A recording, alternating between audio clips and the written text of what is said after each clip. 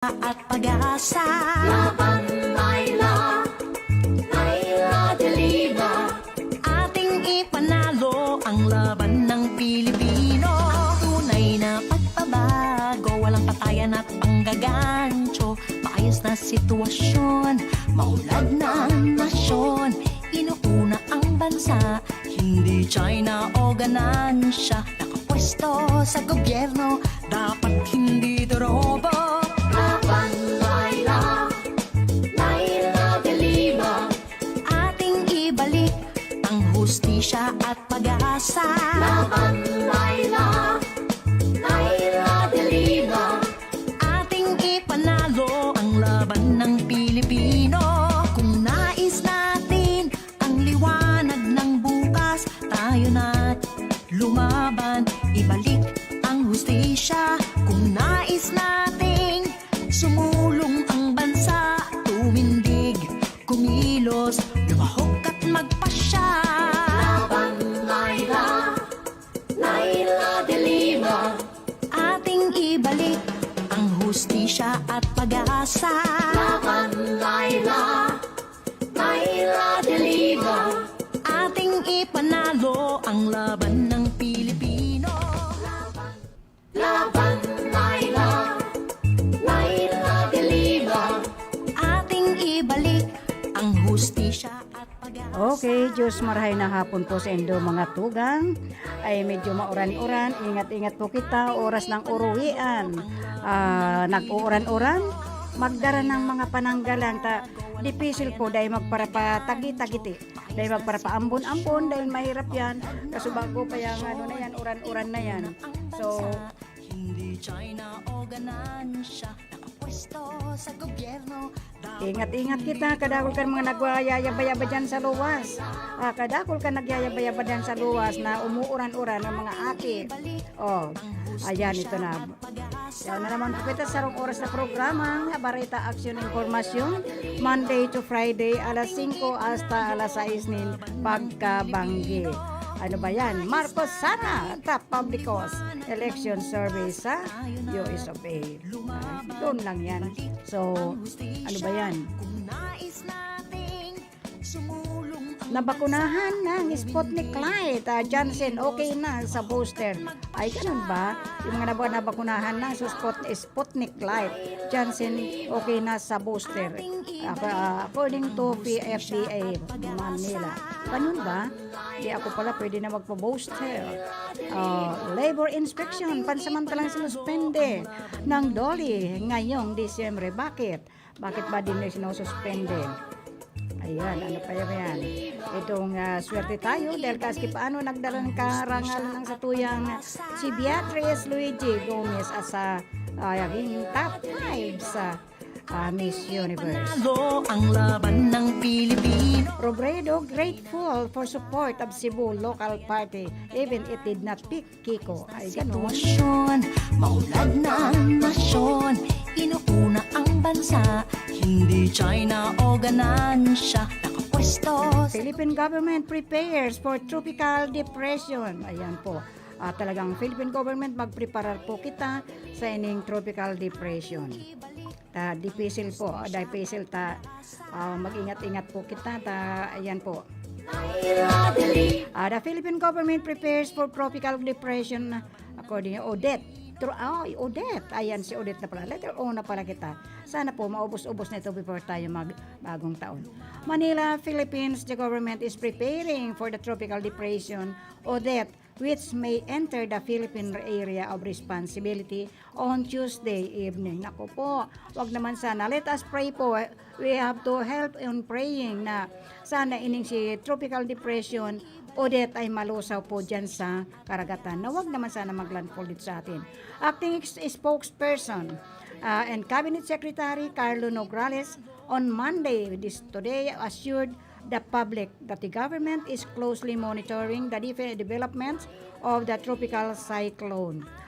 The National Disaster Risk Reduction and Management Council is already making the necessary preparations in coordination po with the regional and local disaster risk reduction and management councils to ensure the safety of the public. Nograles shared in a statement that the Department of Social Welfare and Development reports that as low as Sunday, December 12th, it has available the stockpiles and standby funds earmarked for disaster response be added. Meron pa ba, although it is already year-end? Nograles advised the public to likewise monitor the latest weather advisories and bulletins. We ask everyone, especially those residing in affected areas, to keep us the date with the latest weather advisories and bulletin, to take the precautionary measures and to cooperate with local authorities should there be a need to evacuation or other necessary actions in the he said.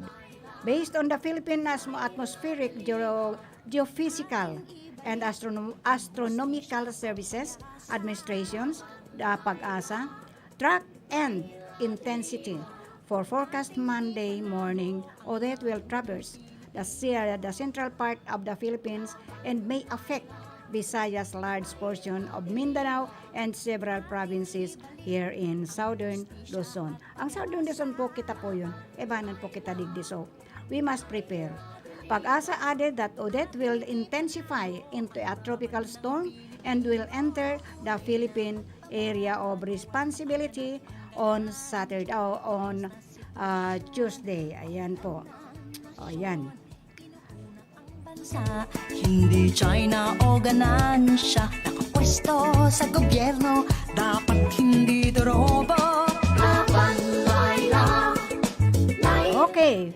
Ang satuya po makakaibanan mo niyan sa technical side, andyan po si Sir Jameson Toriano Oco, andyan pa man po ang ating chief technician, si Engineer Abby Lindon Toralio, and of course, andyan pa sa tuyang APA, na magayon kayo nun si Ma'am Kayla Rayleigh Aksyon, and andyan naman po sa information si Tony Saison. Andyan man po ay si Aldrin Lee, andyan man po. Hi, good afternoon, and yaon man po duman sa transmitter si Felix Lagrimas, kaibanan po sa dumanan sa iyang PSG si Rodel Cesar. And of course, ako man po ang sa inyong kaibanan at turming kaibanan every Monday to Friday. Alas 5 hasta alas 6 nin pagkabanggi. Justisya at pag-asa. Now, regarding dito sa postponing 2022 elections until 2025, unconstitutional committee. Ganun ba yun? Postponing 2022 elections.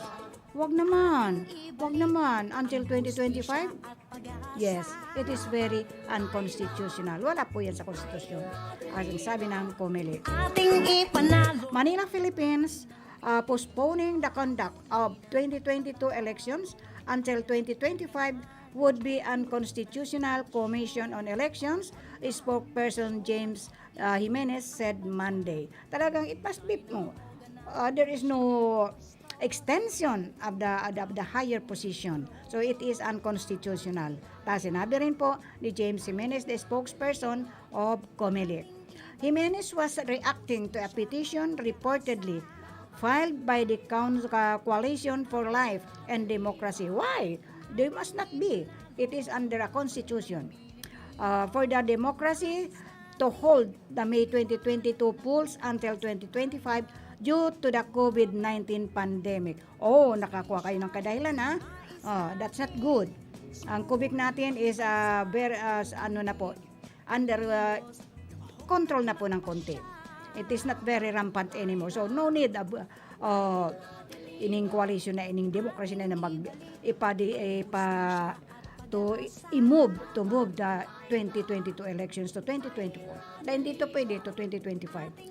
I think they're going to by the fact that the COMELEC does not have the authority to suspend the conduct of elections, but the petition itself, just on the surface of it, seems unlikely to prosper. Yes, it must be prosper. The spokesperson said on ANC Head Start. Basically,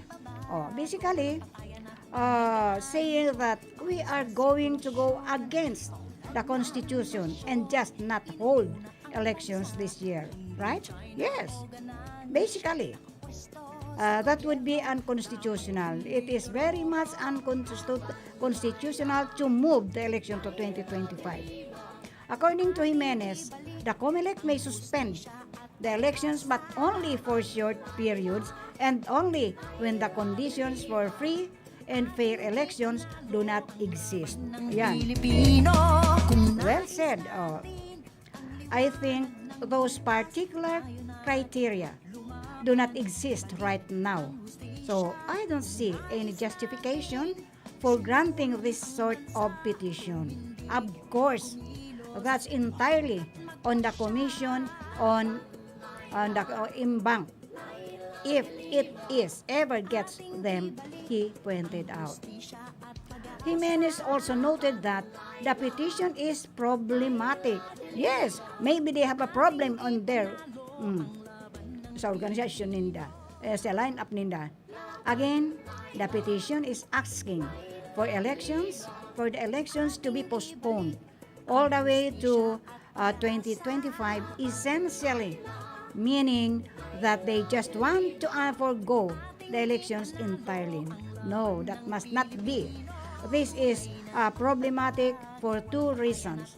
The Constitution is very specific about when elections are to be held. And second, there is no holdover provisions in it. Yes, Constitution or anywhere for the petitions that are up to election in the coming polls, he explained. The 2022 elections are set on May 9.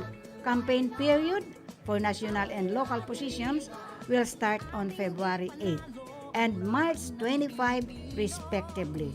So, it is not. COVID-19 related stories din. Hindi dapat ipagdahilan ini yung COVID-19 na ini. COVID-19 surge unlikely to cancel 2022 polls, says COMELEC spokesperson. Ayan po. Duterte okays postponement of first BRMM elections to 2025. Hindi dapat yun. Gumagawa na naman kayo ng milagro. Bakit? May nasisilip ba kayo? So, no postponement of this coming election. It is very, very, very talaga, hindi talaga pwede. Kaya, we must be aware of what is really happening right now. Diba? Elma Toledo, Irene Toledo is watching right now. And of course, G. Bernales, Papa is watching. Thank you very much po for watching the program. G. Bernales, Paz is watching, and Irene Toledo are watching right now of this program, Bareta, Aksyon, Impormasyon. Tutukan nga natin ining sinasabi kaning Dolly na ini pong Dolly labor inspection pansamantalang sinuspende ng Dolly ngayong Disyembre. Sinuspende muna ng Department of Labor and Employment ang lahat ng labor inspection activities ngayong December. Bakit nga? Para matapos ng ahensya ang lahat ng mga pending labor standards cases. Yun po, dapat talaga, ang dami kasing labor cases ngayon. Lalo yung mga problema kasi sa tuyong mga manggagawa. So, dapat talaga, if there is a basis na to suspend the inspection, it's just okay. Cases at maihanda rin ang kanilang inspection program. So, sa ilalim ng Administrative Order number 269, inatasan ni Labor Secretary Silvestre Bello III ang lahat ng kanilang regional directors na pansamantalang ihinto muna ang mga isinisagawang inspection activities sa kanilang mga lugar simula December 1. So, subalit, exempted po sa inspection ang mga occupational safety and health COVID-19 monitoring sa ilalim ng Joint Memorandum Circular number 20-04A ng DOLI and ng DTI. Ang complaint inspection, standards investigation, technical safety inspections tulad ng inspections sa mga boilers, pressure vessels, at mechanical at electrical wiring installation at inspection ng anumang establishmento o industriya na inatasan nibelo. Ayon sa DOLE, magbabalik lamang ang lahat ng routine inspections kapag nailabas na ang 2022 General Authority for Labor Inspection. Ayan po. The BSP nakikipag-ugnayan sa BDO Union Bank hinggil sa harap ng mga natanggap na hijacking ng hacking complaints. Oo nga, may mga bakit nakakalusot. May mga nakakalusot itong mga ano do. Kawawa naman. Nakakapawa naman yung mga savings. Nakikipag-ugnayan din ang Bangko Sentral ng Pilipinas sa Bangko de Oro at Union Bank of the Philippines kasunod ng reklamo ng kanilang natanggap mula sa social media hinggil sa umano'y hacking sa accounts ng kanilang mga kliyente. Paano nga ba ito nahahack? Kasi ito sa atin kasi itong napaka-high-tech na natin, everything ay nadidetect na. Ayon sa BSP, sa mga nakalipas na araw, ay masugid nilang binabantayan ang mga nagrereklamong ito. Sa isang Twitter post, sinabi ng BSP Governor Benjamin Diokno na gagawin nila ang lahat ng kanilang magagawa para matiyak ang kaligtasan at integrity ng financial system ng bansa. Pati na rin ang mga pagbigay ng protection sa financial documents. Bakit nga ba nangyayari ini? Ito ang gustong-gusto kong pag-usapan natin. Itong anti-terrorism na ito. Hindi ka ba pala ako nakakakuha nito ng complete. Nito. So, CHR, bahagyang tinanggap ang desisyon ng Supreme Court sa ilang bahagi ng Anti-Terrorism Act. Nainis ako dito sa Terrorism Act na ini. Kinilala ng Commission on Human Rights, CHR, ang desisyon ng Korte Suprema kamakailan na ideklarang unconstitutional talaga ang dalawang bahagi ng controversial na Anti-Terrorism Act of 2020. Pero hindi ko nababasa yung ano. Pero sinabi ng CHR, spokesperson Jacqueline Ann de Gea, umaasa pa rin sila na magkakaroon ng paglilinaw sa mga natirang contentious provisions ng batas. Kaya naman ngayon, masasabi nila na partly welcome sa kanila ang pagdideklara ng Korte Suprema sa Section 4 na nagbibigay ng kahulugan sa terorismo. Sa Section 25, particular na ang tungkol sa pagtukoy sa mga individual, grupo, organisasyon o asosasyon bilang terorista. Kadakol nga pinagbibintangan kayo ng mga terorista na ini. Di ba igwa nga si Lenny daw at saka sino ba yun? Terorista daw. Pinag-post nila yun. Kaya tama lang po yun na yung pag-registered ng mga SIM card. It is really very timely, especially this coming election. Dahil para naman mamonitor kung sino ang paano nakukontak yung mga ambus-ambus na yan, yung pagpatay na naman, na sana po, I just hope na sa tuyang election mo yan is not a bloody election. Ngayon, clarifies this one for postponement to 2023 series typo error. Typo error na kung ano-ano ng dahilan na naman ang ginagawa ninyo. Group clarifies they want postponement to 2023 naman. Sino naman itong mga nagpipetisyon na ini? Cities typo error in petition. Manila, Philippines owing it to typographical error. The Coalition for Life and Democracy clarified. Ano ba naman palipan at ano naman kayo? Coalition for Life and Democracy clarified on Monday that they only want the 2022 elections to be moved next year and not suspended until 2025. No, it must not be moved. 2022, it must be postponed na May 2022. The group had filed a petition urging the Commission on Election Committee to delay the 2022 polls due to the COVID-19 pandemic. Dahil na nga nindo pagparadahilan ang COMELE, ang ining pandemic, ining COVID na ini. Dahil kung everybody must be to sundin nila ining health protocol. Sana nga ining bago mag-Christmas wala na tayong infected, lalo na digdi sa Rinconada. So dahil na pagparadahilan ining COVID-19 na inita, it is very much obvious na ginagamit na pagdating sa corruption, pagdating sa lahat-lahat na lang, ginagamit ining COVID-19. Sana nga wala ng pandemic para makahinga naman tayo. Siguro po kung nabasa ninyo yung aming petition, yung sulat na pinadala namin sa COMELEC at saka kay President Rodrigo Duterte, if you read your petition and the letter we sent to COMELEC and Duterte, we cited their postponement at least 1 year until May of 2023. At hindi na nga pwede, masisira na naman. Masisira ang election ang schedules ng mga elections natin dito sa Pilipinas. And it is very unconstitutional. Sumunod tayo sa konstitusyon. Mga abogado kayo, you don't understand kung ano yung batas na ginawa ninyo. The group's counsel, Attorney Francisco Buwan Jr. said, Teleradios on spot, na although nagkaroon ng typographical error doon sa prayer na naging 2025, pero on the other hand, kung mapapagbigyan kami hanggang 2025, better, kasi siguro by that time ang COVID ay wala na. Huwag niyong idahilan ang COVID. Ang dahilan ninyo, your group is not prepared. Your lineup nindo is not yet prepared. So huwag niyo namang idamay ang eleksyon na kinakailangan pang pilitin niyong i-postpone. Di ba? Susan Sionborn. Although there was a typographical error,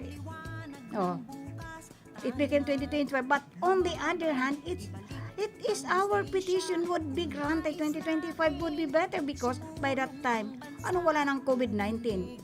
By this 2022 lang, wala na yung COVID-19 na yan kung susundin natin ang health protocol. Meanwhile, COMELEC spokesperson James Jimenez said that there are two problems with the group's petition. Ayan.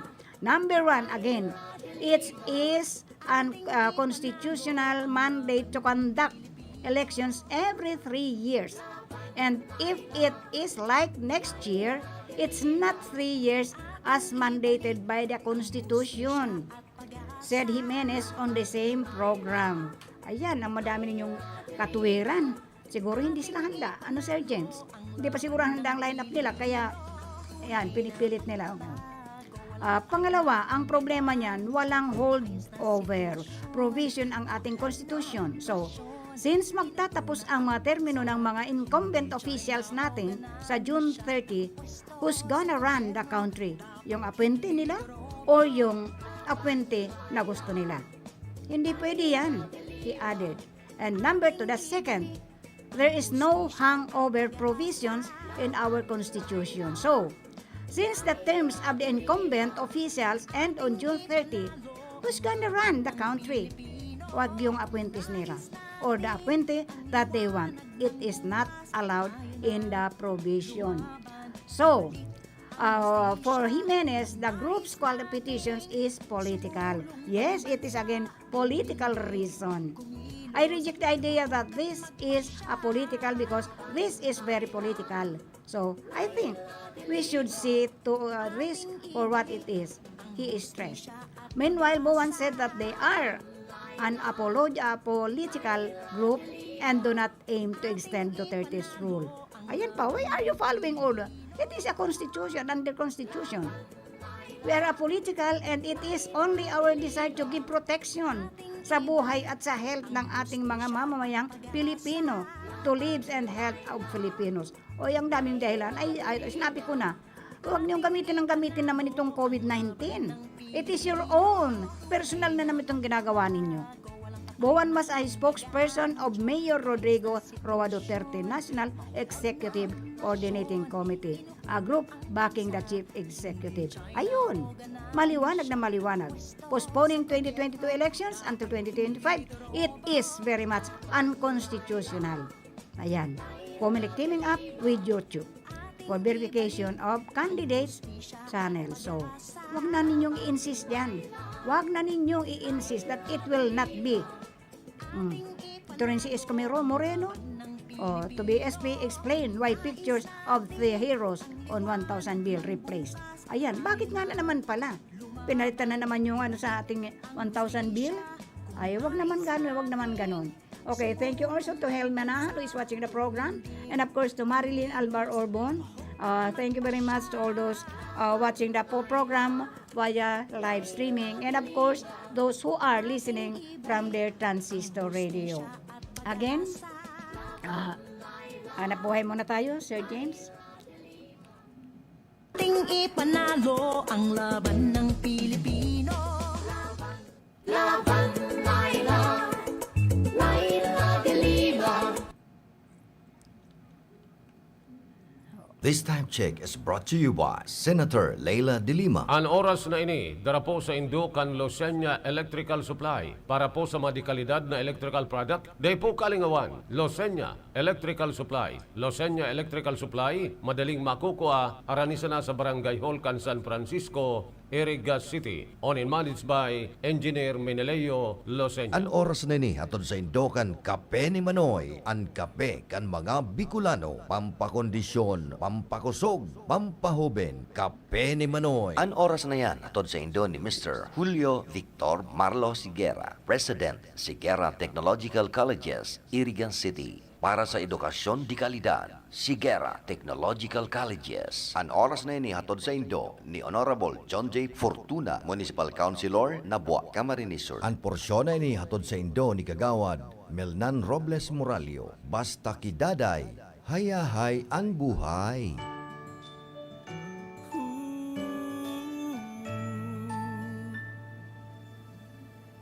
Namamasko, suot ang masko, nakasanitize na ang kamay. I-minimize ang usapan, maaliwalas ang pagdarausan ng handaan. Kahit tayo lang, tuloy ang saya, makikita sa mga mata. Salamat sa pag-iingat, ang lahat magpabakuna na. Oh, oh. Ligtas Christmas sa Healthy Pilipinas. Stay safe to the max para sa Healthy Pilipinas. Damhin ang diwa ng pagdiriwang, biyaya sa bawat nilalang para sa Healthy Pilipinas. Bakunado man, bawal gumamit ng torotot. Mas malakas ang pananabik sa isa't isa, ngunit walang magpapaputok. Ligtas Christmas sa Healthy Pilipinas. Stay safe to the max para sa Healthy Pilipinas. Damhin ang diwa ng pagdiriwang, biyaya sa bawat nilalang para sa Healthy Pilipinas. Stay safe to the max para sa Healthy Pilipinas.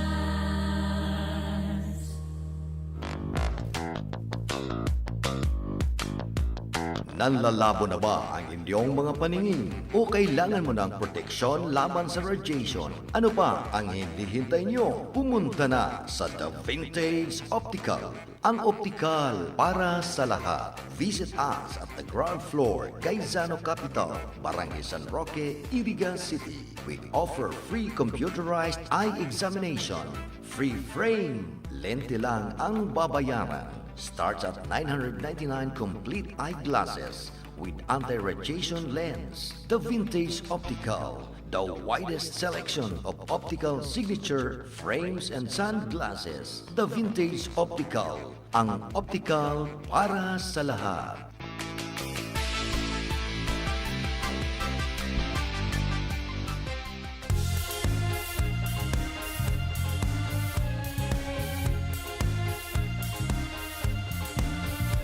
Karapatan ng mga patay, aking ipaglalaban. Mga kababaihan, ang poprotektahan. Boses ng kabataan, aking pakikinggan. Ating kalusugan, ang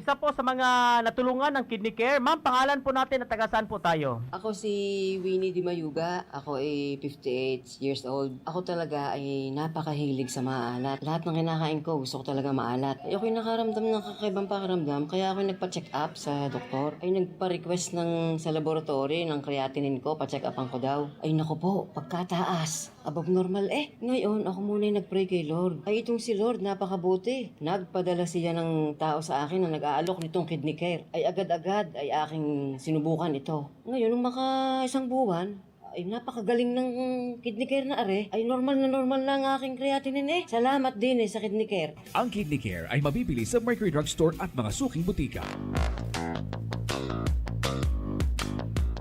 Nanlalabo na ba ang inyong mga paningin? O kailangan mo ng proteksyon laban sa radiation? Ano pa ang hinihintay nyo? Pumunta na sa The Vintage Optical. Ang optical para sa lahat. Visit us at the ground floor, Gaisano Capital, Barangay San Roque, Iriga City. We offer free computerized eye examination.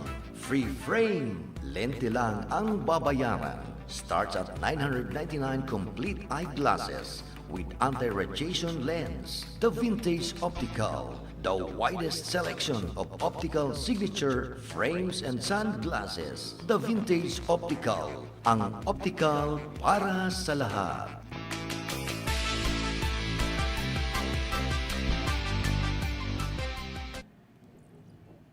Laban,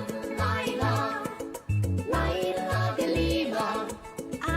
Okay, ang programa ito hatod pa sa Indo ni Senator Laila de Lima, ni Kagawad Melnandaday Robles Morallo, ni Botchokoy Rex Oliva, and of course ni Rodolfo Jeff J. Poitino, and of course ni Boboy and Melet Robles Morallo.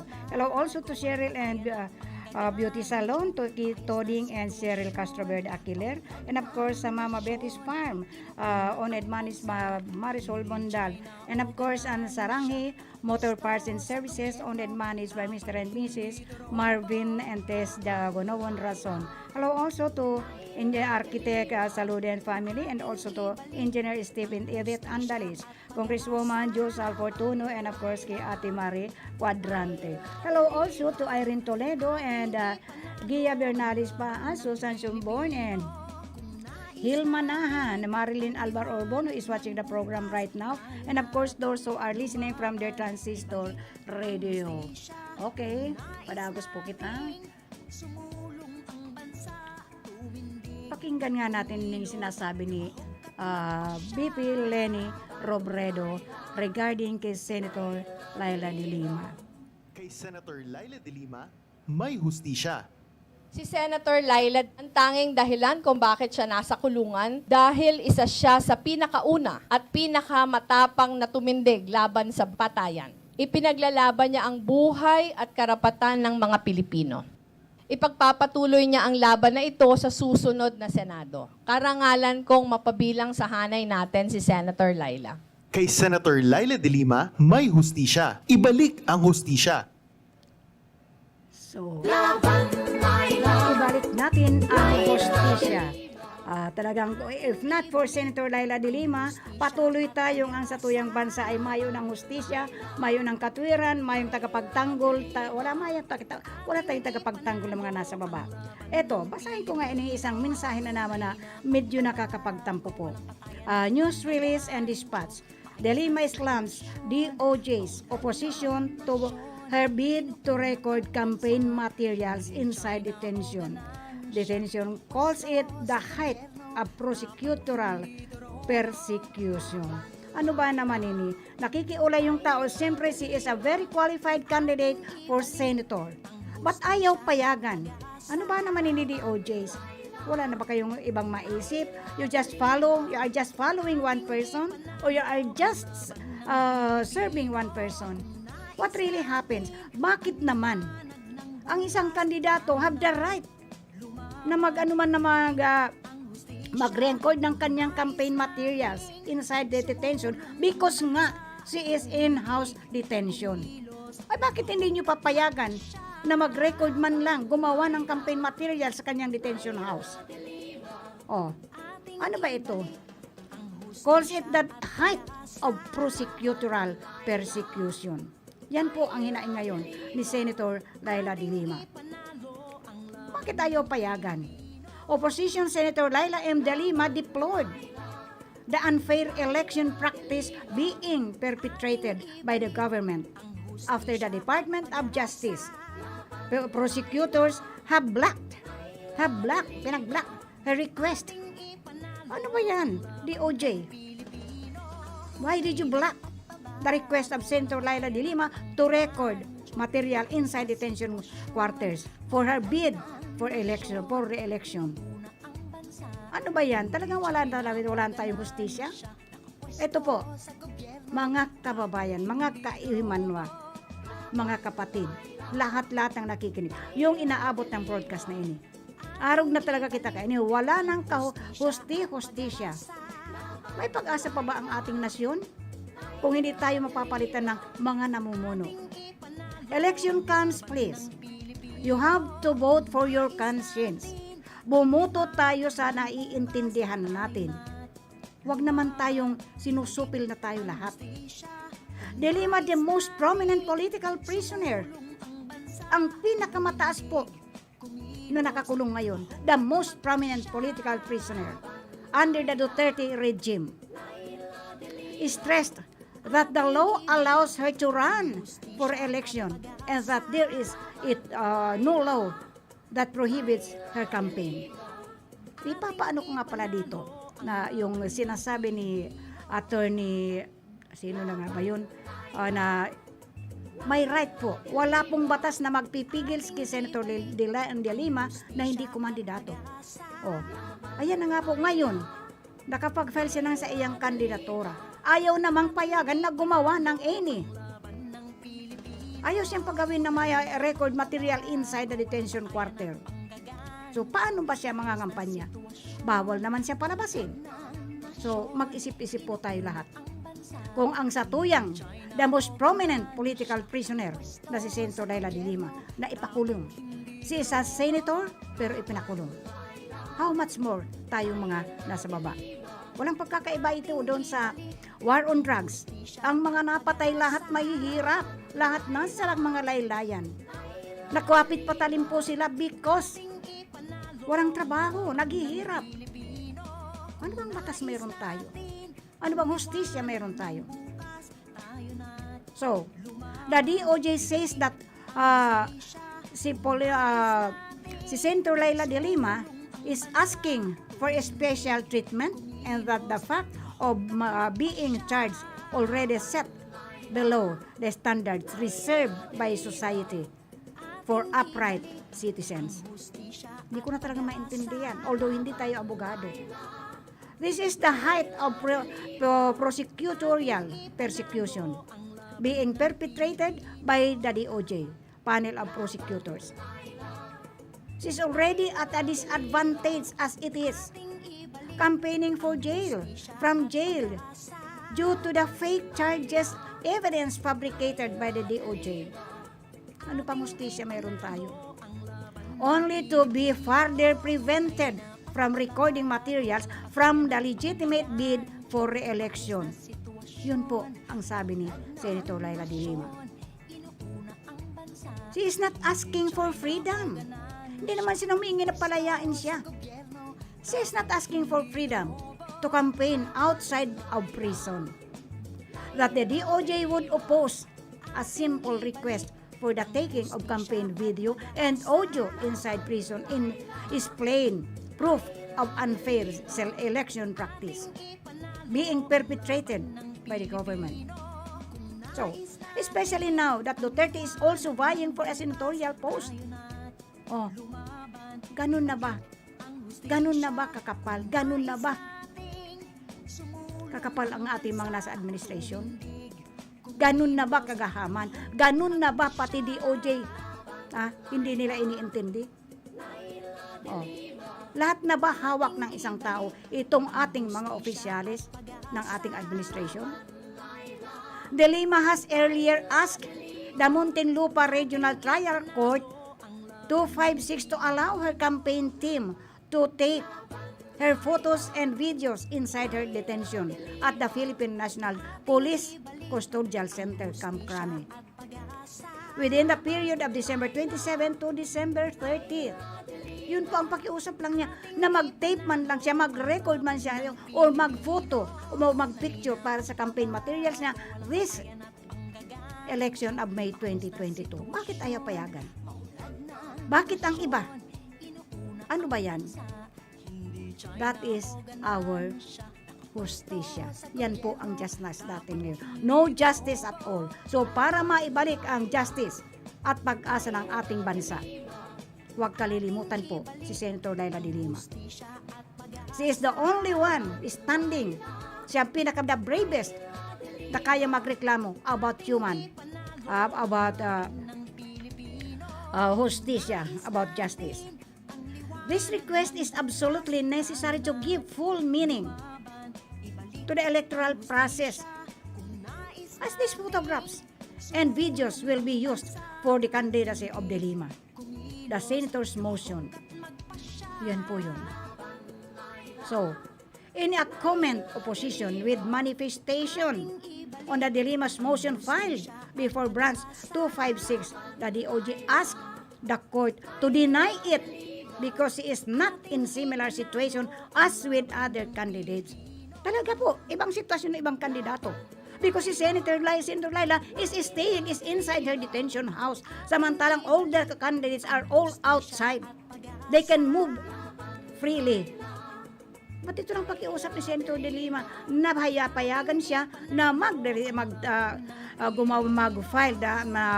gumawa ng mga campaign materials inside her detention house. Oh, bakit ayaw payagan? What kind of DOJ do we have? Kaya ito ang pag-isip-isipan natin. Ito po ang isipin natin ng gusto mga kapatid. Tayong nakikinig sa lahat ng nakikinig na inaabot ng broadcast ng RPN-DZKI, the Pioneer Radio Station. Mag-isip-isip po kita. Lalo na po kitang mga nasa laylayan. Pag sinabi nga inaabutan ng pera, tanggapin. That it is ours. So, the lady senator from Bicol reminded the DOJ that she has not yet been unjudged guilty of the Trump Act drug charges filed against her. Hindi pa po siya nasisintensyahan. Bakit ganun na sinasakal siya ng todo? Kulang na lang siya gutay-gutayin. Ha? Yan ang sinasabi. The Senator Laila de Lima from Bicol reminded the DOJ that she has not yet been adjudged guilty. Hindi pa po siya convicted. Bin-adjudged siya guilty of the Trump Act drug charges filed against her and was even already acquitted in one case. Di ba 3 kaso na yun acquit siya? Well, the 2 other cases have now been delayed for trial for 2 years since the start of the pandemic. Naging dahilan ng gusto itong pandemic. Kawawang Senator Laila de Lima. De Lima further stressed that her application for bail is in limbo because the trial of her cases has been suspended indefinitely. Why? Kitang-kita naman kung paano yung ginigipit itong tao. She's Honorable Senator Laila de Lima. Ba't ginawa ninyong dishonorable? Because of those mga fake witnesses. They are saying that she cannot produce materials for her campaign even if these are taken inside prison. Why? Bakit sinasabi niyo na she cannot produce materials for her campaign even if these are taken inside prison? Yan ang sinasabi niyo. Sobrang takot na ba si Duterte na pati simpleng pagkuha ng video para sa kampanya ko ay pinapabawal niya sa DOJ? DOJ, may isip naman kayo. Why are you serving only one person? You are DOJ. Department of Justice kayo. Where is the justice? Kaya yan ang isnisigaw itong aking background. Nasaan ang hustisya? Ibalik ang hustisya at pag-asa. Walang ibang magbabalik lang po yan, kundi si Senator Laila de Lima. It may be recalled that de Lima confirmed that she would seek re-election in the 2022 national elections. In an indictment letter addressed to Mr. Duterte last July 21, where she said that the political persecution she has been subjected to by the Duterte administration only strengthened her resolve to fight for her advocacies. She filed her certificate of candidacy last October 8. So,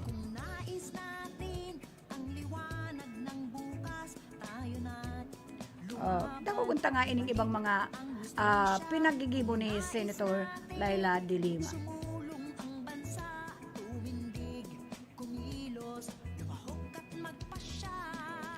Dangugunta ni Pauro Otro dan in favor for those who are mga late tuners and those who are not even watching this program. Marinig man lang nila through their transistor radio. Alam mo ba, si Senator Laila de Lima ay tinaguriang ina ng 4Ps dahil siya ang nagtaguyod ng RA 11310 o Pantawid Pamilyang Pilipino Program Law upang maiangat ang antas ng pamumuhay ng mga kababayan nating mahihirap na nasa mahigit 4.4 milyong pamilyang Pilipino at madaragdagan pa. Okay, ayan po, kayong mga 4Ps beneficiaries, mag-isip-isip po tayo. Although sinasabi ko, although it is only a small amount, but laking tulong po yan para sa inyo. Huwag natin kalimutan kung si Senator Laila de Lima is the principal author. Si Senator Laila po, kay Senator de Lima yan, principal author ng inyong 4Ps na inyong pinapakinabangan sa ngayon. Dapat po hindi mawala yan. So, ingatan po natin. Sakluluhan po natin, ipagdasal po natin si Senator Laila de Lima. Ito pa pong isang to. Ipanalo natin ulit si Senator Laila de Lima. Lahat ng kailangan natin sa isang mahusay na senador, nasa kanya. Tapang, check. Galing at husay, check. Sipag, check. Paninindigan, double check. Hashtag Lailaban tayo, kasama si Senator Laila de Lima. Okay. Mapadownload ko pa nga dito yung testimony ni attorney, ayan, I remember, attorney Makalintal. Later, ipapaano ko yun. Pa-download ko yun dito ulit. So, ini naman, padangugun po natin ini.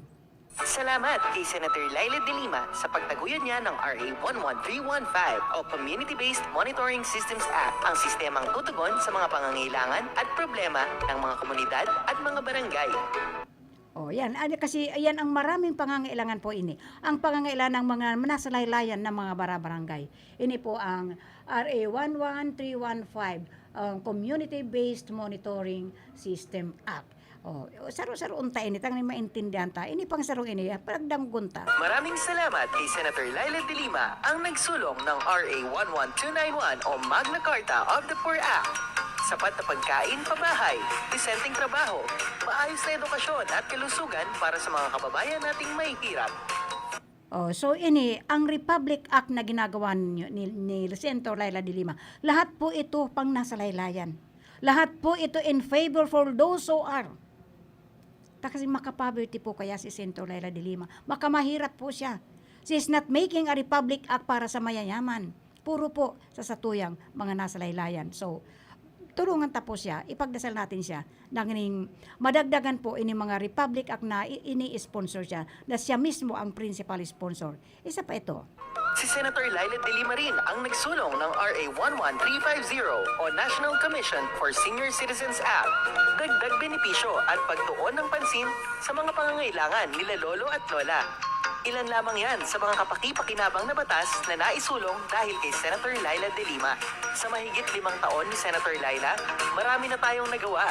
Mas marami pa tayong magagawa. Okay. Although nasa loob siya ng kanyang detention house na sinasabi ngang nakakulong si Senator Laila, hindi po siya nakakulong, ikinulong po siya sa pagsatanggol lang po ng ating ining satuyang karapatang pangtao. Kaya yan ang gusto niya. Walang patayan, walang panggagat. So, Pilipino ka tayo. Inuuna ang bansa, Yan, inuuna ni Senator Laila de Lima ang ating bansa, hindi ang China. Nakakatakot na po. Kung kayo nga lang po ay nagbabasa, kung updated lang po kayo sa mga nangyayari, ayan po, ilang bansa na nang dahil sa pagkakautang, kinukubkub po ng mga mga insekto na to ang kanilang ari-arian. Huwag naman sana po manggana sa atin yan. Again, ang programa pong ito ay hatid sa Endo. Hello, James Wally, my love. Ni Senator Laila de Lima, tatulong po ng ating principal sponsor of this program, Bareta, Aksyon, Impormasyon, ni si Susan Schönborn of Germany. Hello also kay Kagawad Melnanda de Robles Morallo, kay Botchokoy Rex Oliva, and of course kay Rodolfo Jeff G. Poetino, and kay Clitor Rabago. And of course, ang Sinsino Balance Oil. Ang kaipuhan manindo kung si isay po na gustong mag-avail nitong Zinsino Balance Oil para sa inyong parang detoxification. Kung ka man nahihirapan na, nagpaparpabulong ka mo, nagpaparpadoktor ka mo ng kamahal-mahal na gastos, subukan ninyo ini Zinsino Balance Oil Plus. Kung kaipuhan po nindo, just ask me for any information regarding this Zinsino Balance Oil. Makipag-ugnayan lang po sa ako digdi sa estasyon o kaya maski duman sa barangay Holcan San Agustin. Makipag-ugnayan lang po sa ako. Hello also to Boboy and Melit Robles Morallo and family, and of course to Saranghi, mga kaipuhan po nindo, Saranghi Motor Parts and Services, permission na may available na mekaniko. Magduman lang po sa Saranghi Motor Parts and Services, owned and managed by Marvin and Tess Gonowon Razon. Nang bukas tayo na. Kung akapuan man nino magpagayon-gayon, araw ko na sinasabi nindo na nagpaparagayon na lang imbes na habang tumatanda ba permis na nagpaparagayon-gayon, magyan lang po kayo sa Cheryl Beauty Salon na owned and managed by Cheryl and Tony Castro Verde Aquilerta. Pagagaynon po kamo dyan. Pag abot po sa pagpapagayon, dyan po kayo magduman. And hello also to Lazarus Bar and Water Refilling, owned and managed by Leti Polton. And of course to Mama Betty's Farm, owned and managed by Marisol Bondal. Kung kayo pa ninyo ng pangkatay, just go to Mama Betty's Farm. Ayan po, luway-luway na po kita magpapaaram. Oras na naman. Ang sa tuya pong mga nakaibanan, andyan po si Sir Engineer Lyndon Toralio, our Chief Technician, and si technical po si James Toriano Oco, and sa information man po si Tony Saison, and diyan man po duman sa transmitter si Sir Felix Lagrimas and si Rodel Cesar. At ako man po ang pirming kaibanan nindo everyday kaibanan nindo Monday to Friday alas 5 hasta alas 6 ning pagkabanggi. Maraming salamat po. Ito po si Elma de Lima-Gaspi nagsasabing Diyos mabalos po. Ingat po kita, ingat po kita gabos. Everybody stay safe and sana mapasendo ang bendisyon kan mahal ng Diyos.